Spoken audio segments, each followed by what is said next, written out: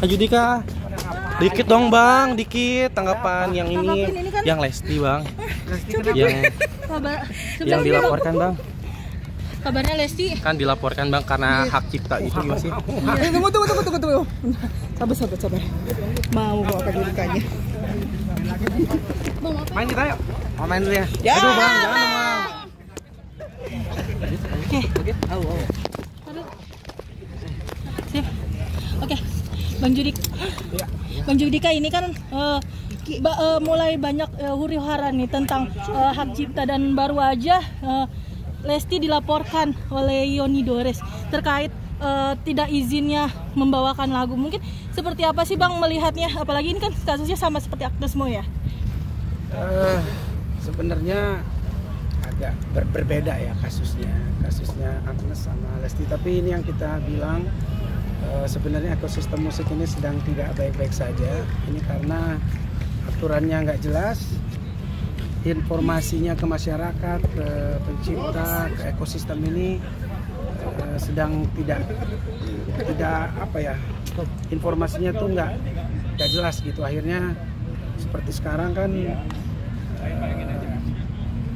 penyanyi dan pencipta ini menjadi seperti orang yang bermusuhan gitu. Padahal ini kan kalau kita ngomong rumah tangga ini sebenarnya satu kakak, penyanyi, pencipta lagu itu sangat erat hubungannya gitu. Ada lagu, ada penyanyinya, dan satu apa ya, simbiosis mutualisme yang dari dulu tidak pernah terjadi hal seperti ini. Jadi ini yang aku takutkan, kalau negara nggak turun, kalau tidak diketok palu secara aturan mana yang berlaku, mana yang harus diikutin. Jadi jangan di tengah jalan kita seperti penyanyi ini merasa bingung seperti apa ininya. Kita tahu kan sistemnya tuh lewat LMKN, terus merasa sekarang mungkin ada beberapa hal yang secara nyata sebenarnya aku juga pencipta merasakan hal yang masih belum benar. Sistem pembayaran royalti ini, pengkolekan sampai pendistribusiannya ke pencipta ini belum transparan, belum jelas gitu. Artinya ini yang harus dibenerin gitu. Tapi kalau sekarang semuanya jadi langsung direct main isu atau main somasi penyanyi, ini sebenarnya hal yang ya tidak elok gitu. Walaupun ini hak masing-masing, artinya pencipta, penyanyi punya hak untuk melakukan apapun sesuai dengan undang-undang yang berlaku. Tapi yang aku mau bilang ini nggak baik gitu. Artinya penyanyi dan pencipta ini berseteru ini sangat tidak baik ya. Mudah-mudahan cepat ada solusinya. Sekali lagi aku bilang, pemerintah ketok palu peraturan yang mana yang benar, yang berlaku seperti apa. Jadi semuanya nyaman gitu. Kalau Lesti ini kan masalah mekanikal yang aku tahu ya, bukan performing right. Nah, ini juga belum terinformasi sebenarnya banyak hal ke masyarakat. Mekanikal ini kan secara misalnya izin cover di YouTube. Nah ini kan kita banyak juga yang belum disampaikan ke masyarakat ini seperti apa sistemnya. Jadi misalnya kayak Lesti ini aku nggak tahu juga ya, aku jadi belum tahu seperti apa jelasnya dia cover di YouTube-nya kah, atau orang lain yang upload lagu yang dinyanyikannya milik orang lain, tapi orang lain yang upload itu kan sebenarnya nggak salah dia kalau seperti itu. Tapi kalau dia yang upload misalnya tanpa izin, nah itu kan sebenarnya di YouTube juga udah punya mekanisme gitu, langsung seperti apa. Tapi sekali lagi ini pelajaran buat sistem di Indonesia ini, supaya semuanya harusnya, apalagi musisi ya, sama-sama musisi ini saling berdiskusi aja seperti apa maunya.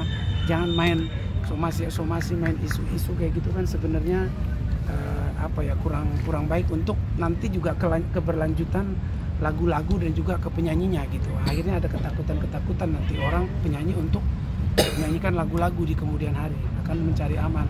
Kalau mau ya diumumkan aja pencipta lagu yang memang memberlakukan hak eksklusif lagunya misalnya di luar sistem yang ada di pemerintah ini untuk performing ya, pengirat ya misalnya ya diumumkan, gua gini ya, gua harus izin ke gua lewat ini gini, gua ada bergabung di sini, gua option out, gua keluar dari LMK misalnya yang di administrasi pemerintah. Ya udah, ya kita tahu gitu loh. Jadi penyanyi tahu, semua tahu aturan yang berlaku, jadi semuanya tahu misalnya kalau kita ke public komersial gitu ya, kalau kita di marketplace kan kita tahu kalau beli barang misalnya di mana kan kita tahu, kita cari barangnya, kita bayar dulu baru barangnya dikirim gitu, itu kan jelas. Jadi kalau ini kan lagu ini berbeda, ini sebenarnya punya ciri khas yang berbeda sama properti yang seperti yang lain gitu, ada kekhasannya karena lagu ini bisa dimainkan dalam waktu yang sama, ratusan orang juga bisa. Jadi izin-izinnya ini harus benar-benar disepakati gimana sistem pembayaran royaltinya gitu loh. Selama ini kan sekarang ini kan ada beberapa persepsi undang-undang yang berbeda, ya udah diketok palu aja supaya jangan kayak gini-gini nanti antara penyanyi dan orang yang saling sangat dekat jadinya yang berantem. Tapi seharusnya sih nggak seperti ini, nggak pernah terjadi, makanya ini sedang tidak baik-baik saja. Bang, kalau kan ini kan episode panas ini kan terus bergulir, apalagi kan mungkin keresahan juga nggak sih dari pencipta lagu ya langsung ke daerah ke penyanyinya. Maksudnya gimana? Keresahan dari pencipta lagu. Pasti keresahan. Kami kan belum berjalan dengan semestinya. Nah ini yang kita mau tuju. Aku juga sekali lagi, aku juga punya hak atas lagu-lagu. Kalian tahu apa yang tersakiti, bagaimana kalau aku tidak bebas saya mau apa larang sampai akhir. Aku juga pernah sampai waktu itu tidak pernah berhenti bernyanyi karena suaraku. Jadi aku juga berjuang untuk hak-hakku, untuk anak-anakku nanti ke depan. Jadi cuman perjuangannya seperti apa, ini yang harus kita sama-sama berdiskusi. Karena aku maunya setiap laguku dimainkan nanti dimanapun aku mendapatkan hakku. Caranya seperti apa? Ya mungkin ini nih, penyanyi menjadi agent misalnya, dia mengagent untuk ngomong ke promotor, ini lagu-laguku kamu ini ya bayarin ke LMPAN, memastikan. Jadi setiap lagu yang kita bawakan itu kita pastikan ke penyelenggara supaya dibayarkan ke pencipta. Ini kan udah mumpung di trigger mengenai pencipta lagunya udah naik, jadi jangan sampai tidak ada hasilnya. Artinya udah banyak yang ribut-ribut. Secara pribadi aku pengen memang semua ekosistem ini enak. Kalau dibilang hak cipta tidak ada hubungannya sama penyanyi juga enggak lah. Sekarang kalau misalnya pencipta seenaknya melarang penyanyi juga kan, misalnya aku nyiptain lagunya si A misalnya, aku nyanyi lagu dia, terus tiba-tiba pas sudah meledak dia nggak suka aja sama aku, dia larang gitu kan, nggak boleh lagi kan. Hak kita sebagai penyanyi juga jadi aneh gitu. Jadi anytime dia bisa larang itu juga nggak buat penyanyi juga nggak adil, walaupun itu hak misalnya pencipta gitu. Tapi kan harus diatur, kalau nggak ya seperti apa nanti pelaksanaannya di dalam mekanisme di dalam industri ini gitu. Itu yang harus diatur. Ini sebenarnya menurut aku sih sangat bisa dibicarakan. Kita juga dari visi kita akan bicara nanti ke DPR. Jadi semuanya harus pemerintah harus turun, karena yang atur ini, yang membuat peraturan kan bukan kita. Pemerintah yang buat melalui nanti DJKI merumuskan ini, LMK yang bekerja kayak sebagai wasit atau sebagai pengelola royalti ini. Jadi mereka ini harus ikut, harus terbuka gitu. Gimana sih sebenarnya sistemnya supaya jangan pencipta sama penyanyi ini yang berantem gitu. Sayang banget. Jadi kan sejauh ini sudah ada belum teman penyanyi yang mengeluarkan keresahannya karena pelaporan ini bisa menimpa siapa aja pada akhirnya, karena kan di belakang. Jadi peristiwa yang lalu-lalu akhirnya bisa diungkit dan dilaporkan juga. Sebagai penyanyi juga ada keresahan dari teman-teman. Ya ini kan yang terjadi, kita lihat seperti sebenarnya sekarang Lesti ini sekarang. Vidi Aldiano. Iya, kalau Vidi Aldiano itu kan sebenarnya agak berbeda-beda, jadi ini nggak bisa disamain. Kalau aku sana waktu itu ya masalahnya juga kita nggak tahu di pengadilan ya apanya gitu loh. Karena kadang-kadang sebagai penyanyi kita udah menyertakan kontrak di situ. Setiap lagu yang kita bawakan harus dibayarkan hak ciptanya. Nah, ini dibayarkan apa tidak ini kan, nah di sini miss-nya. Nah, mungkin kita sebagai penyanyi bisa nih nanti ke depan memastikan hal itu. Kalau sebelum di ini kan kita nggak mau perform dulu misalnya, atau kita gimana caranya nanti kita dapat kepastian kalau itu sudah dibayarkan misalnya. Ini kan hal yang bagus.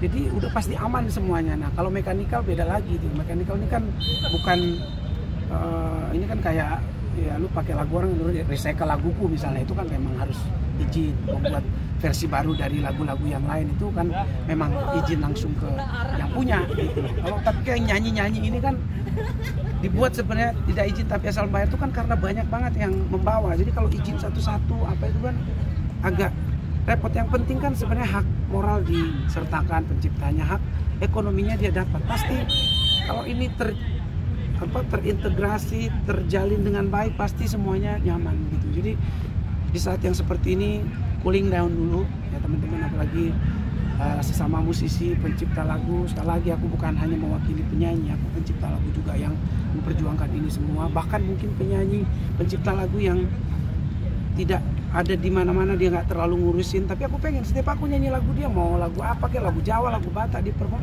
dia harus dapat.